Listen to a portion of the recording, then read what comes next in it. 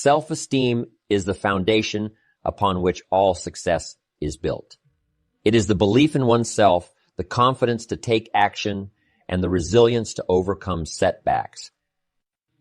The good news is that self-esteem is not something that we are born with. It is something that we can cultivate and develop over time. And in this presentation, I want to share with you some of the secrets of building your self-esteem. First and foremost, it's important to recognize that self-esteem comes from within. It's not about external validation or approval from others. It's about accepting and loving yourself for who you are, flaws and all. One of the keys to building self-esteem is to set and achieve goals. When we set goals for ourselves and work towards achieving them, we develop a sense of purpose and accomplishment. This, in turn, boosts our self-confidence and self-esteem. Another secret to building self-esteem is to focus on our strengths rather than our weaknesses. We all have areas where we can improve, but it's important not to dwell on them. Instead, focus on what you're good at and what you enjoy doing. This will help you feel more confident and positive about yourself.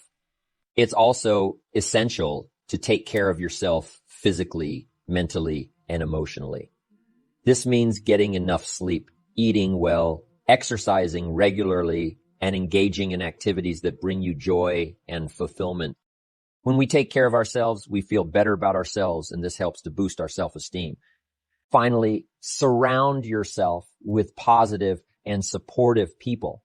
The people we spend time with have a significant impact on our self-esteem. So it's important to surround ourselves with people who encourage and uplift us. How we feel plays such a major part in our future. First, it's what we know so we can make wise decisions about danger and opportunity. But second is how we feel. First, it's how you feel about the past. You need a healthy attitude about the past so that you use it, not live in it, but use it. Not carry it like a burden, but let the wise lessons you learned from the past now serve as fuel to furnish the future. Next, a good attitude about the future. You got to set your goals. We look back for experience, but we look forward for inspiration. We must be instructed and inspired. No better inspiration than to set your goals. I started this process when I was 25. Literally rocked my world, changed my life. I had no idea it was so simple. Here's how simple it is. Decide what you want, write it all down. Make a list of the people you want to meet. Make a list of the books you want to read. Make a list of the classes you want to take. Make a list of the skills you want to learn. Make a list of the cities you want to visit. Make a list of the investments you want to have. Just make these lists. Here's the next key now. Start checking them off. Put a lot of little things on some list so you can start checking off something right away. That's part of the fun. Here's what's next. If you check off something major, celebrate, because that inspires you to make a longer list of goals. And put everything on your list, little things, insignificant to someone else, important to you. I put a little revenge on my first list. My mentor said it was healthy. Some of the people who said I couldn't succeed, kid from the farms of Idaho, they went on my list. Couldn't wait to get my new car, drive it up on their lawn. Say, oh, pardon me, here's the money to have it fixed. Just little satisfaction. My Japanese friend, Toro Ikeda, San Jose, California, put on his first list, a Caucasian gardener.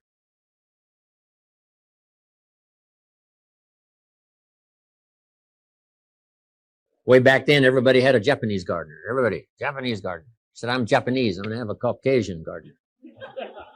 Okay, little satisfactions, right? Set your goals. Decide what you want. Write it down. Start checking them off. It's powerful stuff. Next, it's how you feel about everybody. If you want to be a leader, true leader, entrepreneur of the highest order, well-respected, unique in your field, here's number one, how you feel about everybody. And this is philosophical as well. You cannot succeed by yourself. So a unique sense of appreciation of everybody goes with the territory of leadership. It takes everybody for each of us to be successful. One person doesn't make an economy. One person doesn't make a symphony orchestra. It takes everybody. For this gathering today, all of you had to be here to make this gathering. Everybody. If one of you were missing, there wouldn't be this many people here. Everybody to make something work. For the office. Whatever. The enterprise takes everybody. The gift of America is everybody who came over the last 200-300 years, bringing with them their gifts. No country has become such a depository of the gifts of the world like America has over the last 200-300 years. People coming, bringing their gifts. Gift of language, gift of learning, gift of politics, gift of government, gift of medicine, gift of healing, gift of music, gift of the work ethic. All this came in steady streams from all over the world, making us unusual because of the gifts that were brought.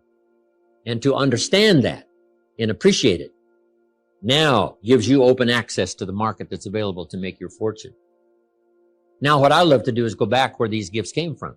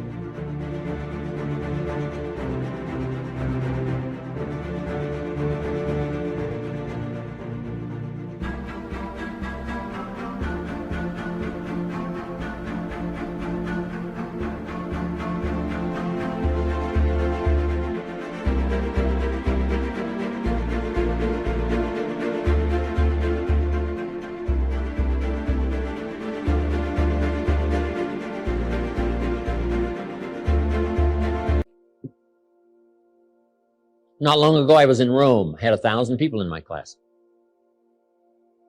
Someone suggested, Jim Rohn loves the music of Andrea Bocelli, the blind opera singer from Italy. So when they introduced me, I walked to the podium and all 1,000 of these Italians stood up and sang for me one of Andrea Bocelli's songs. In true Italian style. Years. I described it to my grandchildren later. I said, here was the scene. A choir of 1,000 and an audience of 1. And that was me. I thought, here's where some of these gifts came from. The gift of poetry. The gifts. So learn to appreciate the gifts. Now, the last attitude is how you feel about yourself. Nothing more powerful than self-esteem, which creates self-confidence. The greatest steps towards success come from self-confidence. And that comes from self-esteem, doing what you know you should so that at the end of the day, you have high self-esteem. It is my pleasure to be here today to talk about one of the most significant roadblocks to success. That roadblock is the habit of making excuses. We've all been guilty of making excuses at some point in our life. But the truth is, excuses are nothing but a self-imposed limitation that prevent us from reaching our full potential. You see, excuses are a way of shifting responsibility away from ourselves. We blame external circumstances, other people, or even our own limitations for our lack of success. But the reality is, success is not about external factors or circumstances.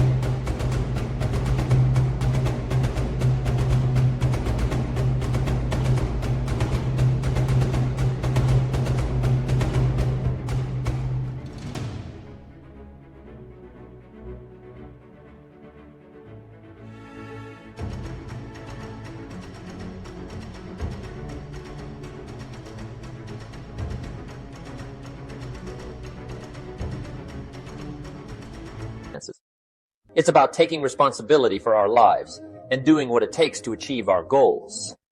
When we make excuses, we are essentially giving up on our dreams and settling for less. We are allowing fear and self-doubt to take control of our lives. But the truth is, success requires courage, determination, and a willingness to face challenges head-on. Instead of making excuses, we must take ownership of our lives and our circumstances.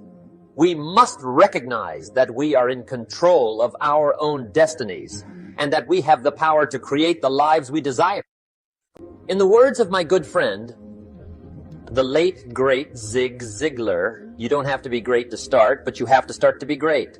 So, the next time you find yourself making excuses, take a step back and ask yourself what you can do to overcome the obstacle and move forward.